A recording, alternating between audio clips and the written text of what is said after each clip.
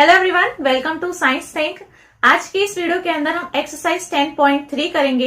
Exercise 10.1 हम complete कर चुके हैं ऑलरेडी। तो अगर आपने वो वीडियोस नहीं देखी हैं तो उनका लिंक आपको ऊपर आई बटन में और नीचे डिस्क्रिप्शन बॉक्स में मिल जाएगा। वहां पर क्लिक करके आप उन वीडियोस को भी देख सकते हैं। चलिए हम स्टार्ट करते हैं एक्सरसाइज 10.3 के साथ में। इसमें आपके पास में आता है क्वेश्चन नंबर 1। क्वेश्चन नंबर 1 मैंने यहाँ पर लिखा भी हुआ है। अगर आपको हैंडराइटिंग नहीं समझ में आ रही है तो अपनी बुक निकाल कर पढ़ सकते हैं, वहां पर भी सेम टू सेम क्वेश्चन लिखा हुआ है। क्वेश्चन नंबर 1 के अंदर ये कह रहा है कि हमें एरिया फाइंड करना है रेक्टेंगल्स का हुज साइड्स आर। मतलब एक रेक्टेंगल है, उसका आपको एरिया फाइंड करना है। ठीक है, तो बेसिकली आपकी जो एक्सरसाइज 10.3 है इसके अंदर आपके एरिया से रिलेटेड क्वेश्चंस होंगे। एक्सरसाइज 10.1 के अंदर हमने पेरीमीटर से रिलेटेड क्वेश्चंस को सॉल्व किया था। यहां पर हम किससे रिलेटेड कर रहे हैं? एरिया से। ठीक है ना। तो जहां पर जो है आपको इनकी साइड्स दी हुई हैं, तो इसमें काफी सारे पार्ट्स हैं। ए पार्ट से स्टार्ट करते हैं। ए पार्ट के ऊपर आते हैं। 3 सेंटीमीटर एंड 4 सेंटीमीटर। 3 पहले लिखा है, इसका मतलब ये आपकी लेंथ है। ये चीज हम पिछली वीडियोस में पढ़ चुके हैं, तो पहले आप उन वीडियोस को देखिए, फिर आप आगे की वीडियोस को देखिए। यहां पर है 4 सेंटीमीटर, इसका मतलब ये क्या दी हुई है? ब्रेड्थ। ये मैंने बताया था पहले ही। तो ये होता है आपका एरिया का फॉर्मूला रेक्टेंगल के लिए, जब आपको साइड्स गिवन होती हैं।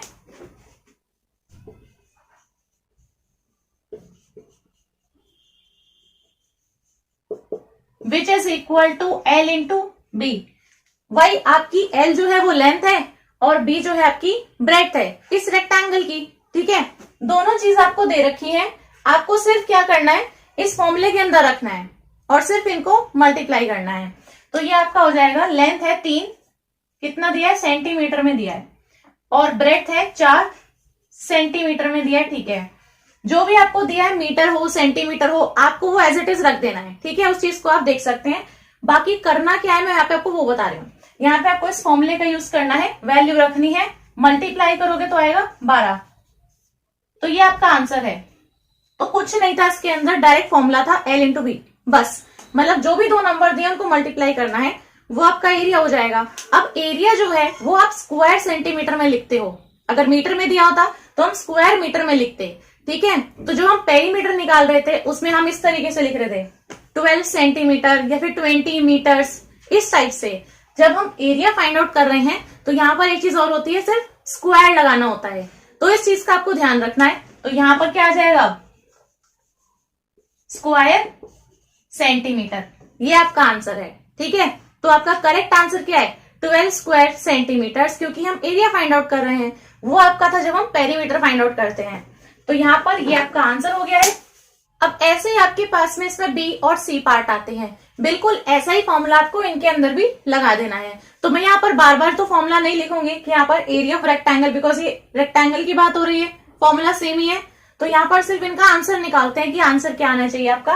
आप ये चीज खुद लिख सकते हैं कि area of rectangle is equal to length into breadth. Length भी दी है, ब्रेड्थ भी दी है, दोनों को सिर्फ मल्टीप्लाई करना है। तो लेंथ यहाँ पर आपकी 12 मीटर है। ठीक है, तो मतलब कर देते हैं 12 इंटू 21। पहली वाली आपकी लेंथ है, दूसरी वाली क्या है? ब्रेड्थ है इस रेक्टेंगल की। मल्टीप्लाई करोगे तो आएगा 252। अब 252 के आगे बस आपको यहां पर लिखना है स्क्वायर। मीटर में दिया है तो मीटर लिख दो, सेंटीमीटर में दिया है तो सेंटीमीटर में लिख दो। ठीक है, ये आपका आंसर है। इसके ऊपर आते हैं, सेम चीज आपको लिखनी है, area of rectangle is equal to L into B. अब L इंटू बी आप करोगे तो ये हो जाएगा 2 किलोमीटर है, और क्या है? 3 किलोमीटर ब्रेड्थ है। 3 2 से कितना होता है भाई? 6 होता है, तो 6 स्क्वायर किलोमीटर। तो ये आपका आंसर है।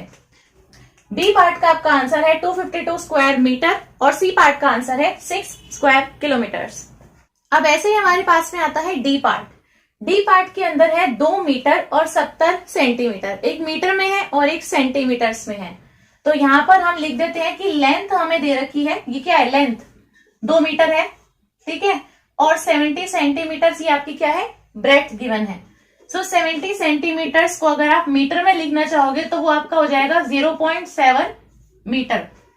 ठीक है, क्योंकि यहाँ पर सिर्फ कितना है, सिर्फ 70 सेंटीमीटर है, क्योंकि हमें पता है कि हमारा 1 मीटर में 100 सेंटीमीटर होते हैं, तो 70 सेंटीमीटर में आपका 0.7 मीटर आएगा। ठीक है, तो आपकी ब्रेड्थ कितनी हो गई, 0.7 मीटर। इस चीज से हमें ये पता चल रहा है। ठीक है ना, तो आपकी लेंथ पता है, ब्रेड्थ पता है, तो आपकी लेंथ भी मीटर में है, अब ब्रेड्थ भी मीटर में है। अब आप इन दोनों को मल्टीप्लीकेशन कर सकते हो, तो यहां पर आप लिख सकते हो एरिया फाइंड आउट करने के लिए पूरा लिख सकते हो आप, area of rectangle is equal to, ये मैं डायरेक्टली लिख रही हूं L इंटू बी। लेंथ आपकी 2 मीटर है, ब्रेड्थ आपकी 0.7 मीटर है, 7 टू 14 होता है, तो आपका आएगा 1.4 मीटर, लेकिन किस में, स्क्वायर मीटर में, क्योंकि यहां पर आपको एरिया फाइंड आउट करना है। ठीक है, तो आप मीटर एज इट इज लिख सकते हो, लेकिन आपको फिर बाद में देखना है कि हमने एरिया फाइंड आउट किया है, तो बीच में आपका एक स्क्वायर भी आएगा। ठीक है, तो यहां पर आप ऐसे लिख दो ना, फिर स्क्वायर मीटर, बस यही आपका आंसर है। तो जब हम पेरीमीटर फाइंड आउट कर रहे थे तब आपको नहीं लिखना होता है, तब आप डायरेक्टली यूनिट्स को रख देते हैं। जब एरिया फाइंड आउट करते हैं तो आपको याद रखना है कि लास्ट में आपको ये भी लगाना होता है। सो यहाँ पर आपका हो जाता है क्वेश्चन नंबर 1 कंप्लीट।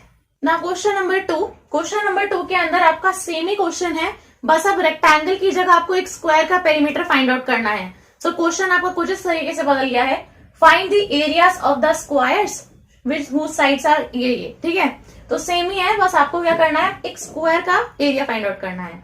तो यहाँ पर ए पार्ट के अंदर आपका 10 सेंटीमीटर है, तो 10 सेंटीमीटर आपको सिर्फ 1 ही वैल्यू दी है। ठीक है ना, कि 10 सेंटीमीटर है, क्योंकि हमें पता है कि भाई एक स्क्वायर है इस तरीके से, तो उसकी चारों की चारों साइड्स इक्वल होती हैं। ये 10 सेंटीमीटर है, तो ये भी 10 सेंटीमीटर है, ये भी 10 सेंटीमीटर है, और ये भी 10 सेंटीमीटर है। ठीक है, तो यहाँ पर एक ही साइड लिखी जाती है कि 10 सेंटीमीटर है, तो मतलब चारों ही 10 सेंटीमीटर है, हमें ये चीज पता है, क्योंकि ये एक स्क्वायर की बात कर रहा है। अब area of square find out करने के लिए आपका एक फॉर्मूला होता है, एरिया ऑफ स्क्वायर आप फाइंड आउट कर सकते हो कैसे, साइड इंटू साइड करके, साइड इंटू साइड करके, मतलब इसकी ये वाली जो साइड है ये कितने की, 10 सेंटीमीटर की, और ये वाली साइड कितनी है, ये भी 10 सेंटीमीटर की, तो साइड इंटू साइड कर दो। ठीक है, क्योंकि सारी तो इक्वल ही है, तो आप कर सकते हो साइड इंटू साइड। तो यहां पर मैंने S इंटू एस लिख दिया है, साइड इसका A भी हो सकता है, तो A इंटू ए। ठीक है, तो बेसिकली आपको याद रखना है, area of square find out करने के लिए आपको साइड इंटू साइड करना है। ठीक, तो मतलब साइड स्क्वायर हो गया। यहां पर आप इसको अप्लाई करो जरा इस फॉर्मूले के अंदर, तो यहां पर आप साइड का स्क्वायर करोगे तो कितना हो जाएगा, मतलब 10 centimetre into 10 centimetre, 10 centimetre into 10 centimetre करोगे तो आएगा कितना, 100 सेंटीमीटर। लेकिन एरिया फाइंड आउट कर रहे हैं तो बीच में आपको लगा देना यहाँ पर क्या, स्क्वायर सेंटीमीटर। ठीक है, बस ये आपका आंसर है। अब इसमें हम बी पार्ट के ऊपर आते हैं, यहाँ पर सेम ही है। अब आपका जो ये स्क्वायर है इसकी सारी साइड्स 14 14 14 14 सेंटीमीटर की हैं, तो आपका फॉर्मूला क्या हो गया, सेम वही, साइड इंटू साइड ही है, तो मतलब साइड कितनी है, 14 सेंटीमीटर ही है, तो 14 सेंटीमीटर इंटू 14 सेंटीमीटर, 14 इंटू 14 हो जाएगा भाई आपका 196 स्क्वायर सेंटीमीटर। ये आपका आंसर है किसका, बी पार्ट का। इसी तरीके से आपके पास में एक सी पार्ट भी है, इसमें आपके पास में है एक साइड 5 मीटर की, तो मतलब कि कोई भी स्क्वायर है उसकी हर साइड कितनी है, 5 मीटर 5 मीटर, ये भी 5 मीटर और ये भी 5 metre. Same area find out करना है स्क्वायर का, फॉर्मूला हमें पता है, साइड इंटू साइड होता है। ठीक है, साइड इंटू साइड होता है। आप अपनी कॉपी के अंदर पूरे तरीके से लिख सकते हैं कि भाई area of square is equal to this and this, फिर उसके बाद में आप ऐसे करके दिखा सकते हैं। यहां पर मैंने डायरेक्टली सॉल्व करके दिखाया है, कैसे सॉल्व करना है, क्या आंसर आना चाहिए। ठीक है, यहां पर है आपकी साइड कितनी, 5 मीटर, साइड 5 मीटर। ठीक है, side into side 25 square metre.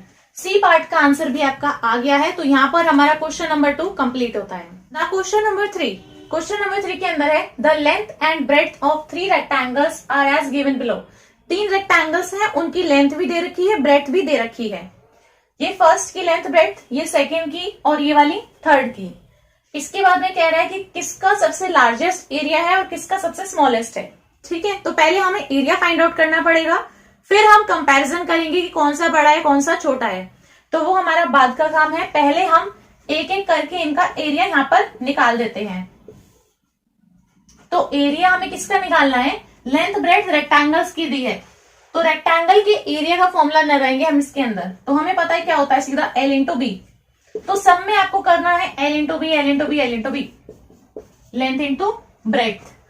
तो फर्स्ट रेक्टेंगल का लेंथ है 9 मीटर, फर्स्ट वाली लेंथ होती है, सेकेंड वाली क्या होती है, ब्रेड्थ। ये भी क्या है, लेंथ, ये वाली क्या है, ब्रेड्थ। फर्स्ट वाली लेंथ, सेकेंड वाली क्या है, ब्रेड्थ। तो यहाँ पर लेंथ आपकी 9 मीटर है और सेकेंड वाली क्या है, ब्रेड्थ 6 मीटर। तो 9 6 यहाँ पर हो जाएगा 54 स्क्वायर मीटर।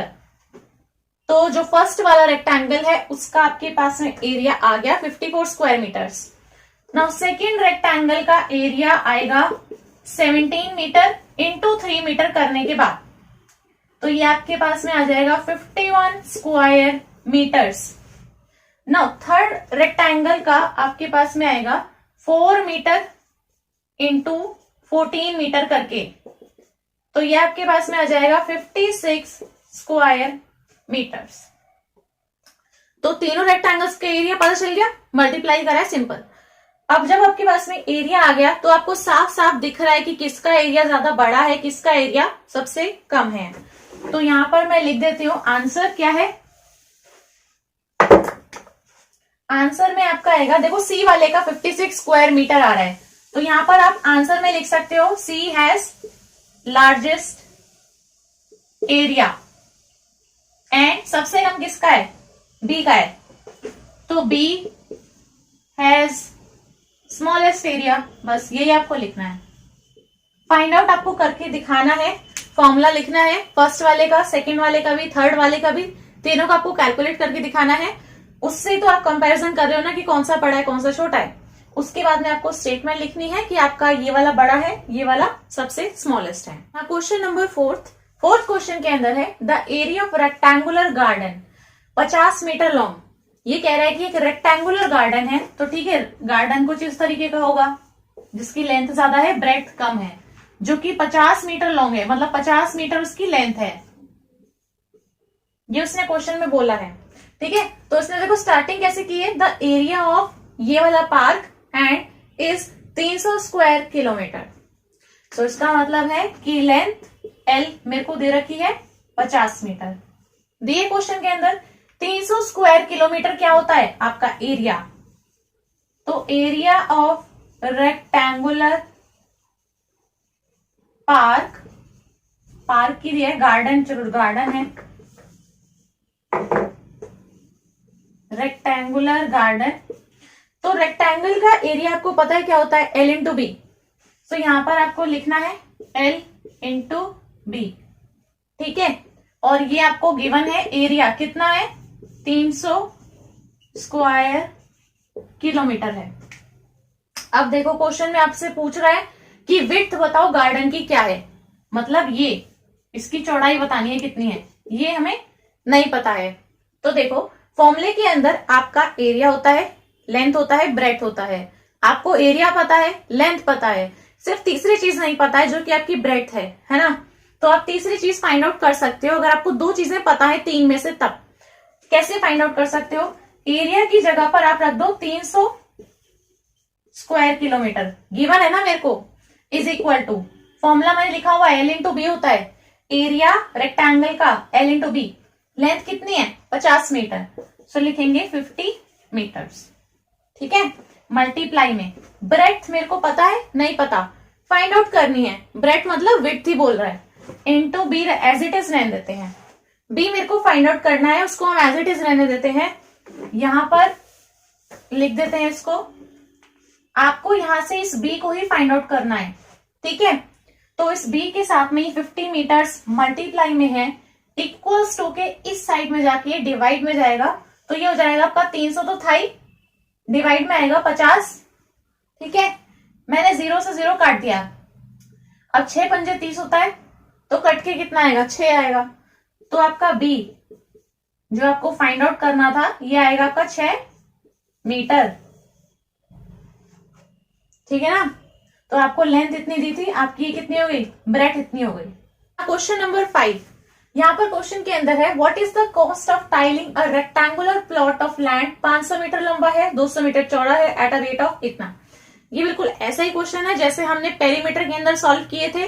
वहां पर भी मैंने आपको कुछ एक्सप्लेन किया था कि आप इस तरीके के क्वेश्चंस को किस तरीके से कर सकते हैं जब आपको रेट गिवन होता है और उसके कुछ इस तरीके से आपको डायमेंशंस गिवन होती हैं। तो यहाँ पर देखिए, सबसे पहले हम देखते हैं कि आपको रेक्टेंगुलर प्लॉट गिवन है।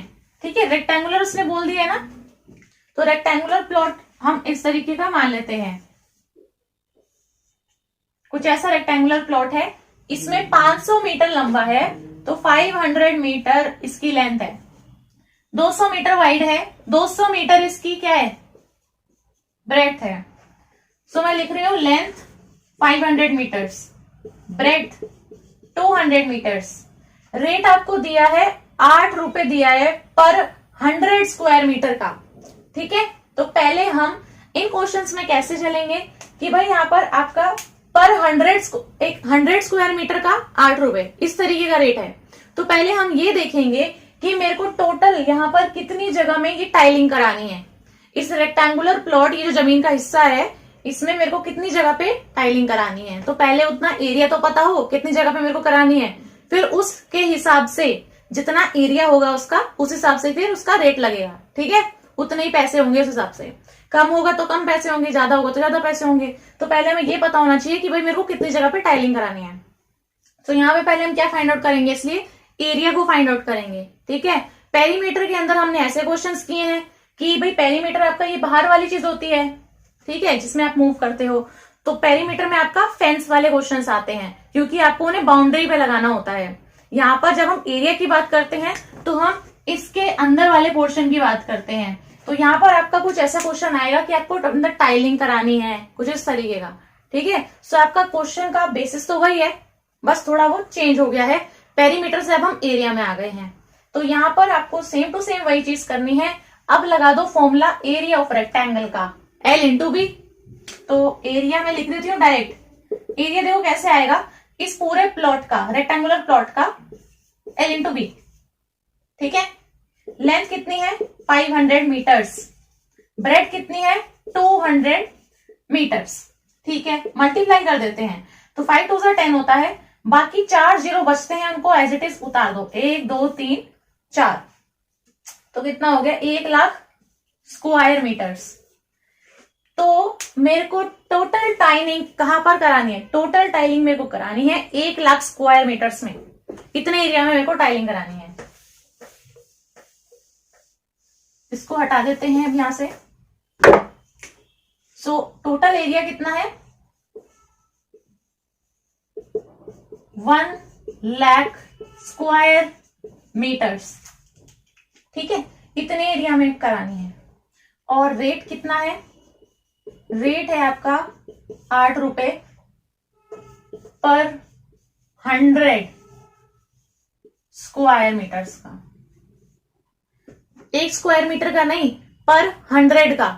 सो मतलब कि अगर 100 स्क्वायर मीटर्स है तो उसका ₹8 है। तो यहाँ पे आप एक चीज देख सकते हो, ये टोटल एरिया हमने फाइंड आउट कर लिया है। ठीक है, बड़ा आसान था, L इंटू बी किया है। नेक्स्ट थिंग जो आती है कि अब पैसे कितने देने पड़ेंगे, क्योंकि इसने हमसे कॉस्ट पूछी है ना, एरिया तो नहीं पूछा है। तो पहले हम एरिया फाइंड आउट करेंगे, एरिया के बेसिस पे कॉस्ट पता चलेगी। सो कॉस्ट अभी चल रही है भाई 8 रुपए पर 100 स्क्वायर मीटर के लिए। सो मीन्स 100 स्क्वायर मीटर के 8 रुपए लगे। तो अगर इतना स्क्वायर मीटर है तो कितने रुपए लगे, तो आप यहाँ पे लिख सकते हो कि 1 लाख स्क्वायर मीटर के कितने रुपए लगेंगे। तो यहां से आप इस चीज को फाइंड आउट कर सकते हो। ये चीज आपको नहीं पता है, आप इसको x मान लो। जो चीज आपको नहीं पता है उसको x मान लो। ठीक है, तो आप इस x को फाइंड आउट करना चाहते हो तो आप इस x को ऊपर लेके जाओ, ऐसे क्रॉस मल्टीप्लाई ऊपर लेके जाएंगे। ठीक है, ये 8 रुपीज यहां पर पहले से था, ये 8। नीचे जो ये 1 लाख है ये इधर किस में आ गया, मल्टीप्लाई में। और ये जो 100 था ये नीचे चला गया डिवाइड में, क्रॉस मल्टीप्लाई किया है यहाँ पर सिर्फ, ठीक है। अब ये जो आपका x है ना, ये x आपकी है टोटल कॉस्ट, टोटल कॉस्ट जो इस पूरे एरिया पे टाइलिंग कराने के लिए लगेगी। तो यहां पर आप इसको काट दो, 0 से 0 गया, 0 से 0 गया, तो कितना आ गया, 8 इंटू 1000 करोगे तो कितना आएगा, 8000, ठीक है। तो यहां पर ये भी आपका किस में था, स्क्वायर मीटर्स में, ये भी आपका किस में था, स्क्वायर मीटर्स में। तो दोनों की स्क्वायर मीटर कैंसिल हो जाएगा, तो आपका ये किस में था, रुपीस में। तो आपका कितना आएगा, 8000 रुपए, ये आपका आंसर है, ठीक है। तो आपको यूनिट्स का भी इसके अंदर ध्यान रखना है, ये आपका आंसर है। फर्स्ट चीज आपको करनी थी कि एरिया कितना है जिसपे मेरे को टाइलिंग करानी है, एरिया निकलता है L इंटू बी करके, एरिया पता चल गया। तो आप देखो कि इतने एरिया का अगर 8 रुपए रेट लग रहा है, तो जितने पे मेरे को कराना है उतने पे मेरा कितने रुपए बैठेगा, तो उस हिसाब से आप क्रॉस मल्टीप्लाई करोगे तो आपके पास में ये चीज आएगी। जो कट रहा है आप उसको काट दो, बाकी को आप सॉल्व कर लो।